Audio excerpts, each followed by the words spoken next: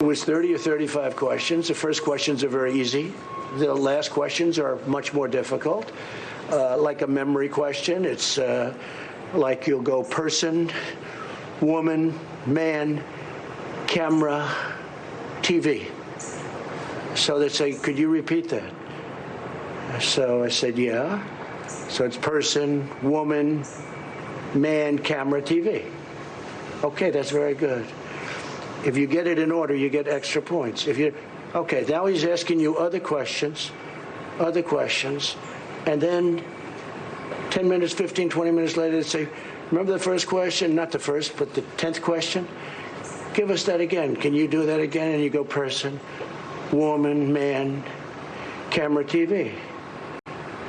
If you get it in order, you get extra points. They said nobody gets it in order. It's actually not that easy, but for me it was easy. And that's not an easy question. In other words, they ask it to you, they give you 5 names and you have to repeat them, and that's okay. If you repeat them out of order, it's okay, but you know, it's not as good. But then when you go back about 20, 25 minutes later and they say, go back to that question, they don't tell you this, go back to that question and repeat them. Can you do it? And you go, person, woman, man, camera, TV. They say, that's amazing. How did you do that? I do it because I have like a good memory, because I'm cognitively there. Willie, this is obviously not the top news story of the day. We're going to get to the top news story for the day. But, you know, my mom had dementia, and this is a test that, you know, she would take this sort of test. So it certainly has its important purposes. But Donald Trump keeps going back, bragging about how he can say 5 words in a row. And he talks about how tough the final questions on this test are. It starts easy, but then it gets tough after you have to say what an elephant is. But so I thought I would, you know. It doesn't actually. You go down, and at the end of the test, which he says is so difficult, he wants, like, what's the day? What month are we in? What year are we in? What place are you in? What city are you in? And then subtract 7 from 100.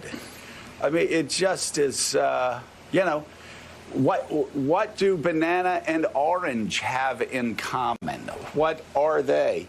I mean, he spent how long?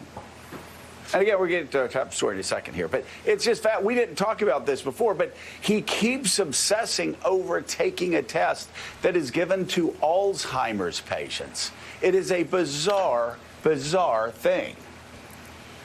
I think this may be the one accomplishment. Yeah, maybe this is what he considers to be one of his great accomplishments over the past 4 years. First of all, we've got to give Dr. Mark Siegel an Emmy or a Cable Ace Award, if that still exists, for keeping a straight face through that interview as he sort of nodded along. But as you point out, the Montreal Cognitive Assessment is a serious test meant to measure cognitive decline. It's meant to see if someone has dementia, if they suspect they may be in the early stages, or someone they love. They take that test, and then doctors, neurologists measure how they did to see if they do, in fact, have dementia. The neurologist who created the test actually came out this week and said this was in no way created to measure intelligence or IQ, as the president claims. It's a medical test to see if someone has dementia. So the fact that the president continues to go back to this as a highlight of his campaign, and what he's really saying here is he's trying to set it up as a contrast with Joe Biden about cognitive decline. Who has more? Is it me or is it Joe Biden? I'm not sure. Again, as we've said many times as we roll out the clips, that's an argument that Donald Trump wants to have, but he insists on making that point again and again and again.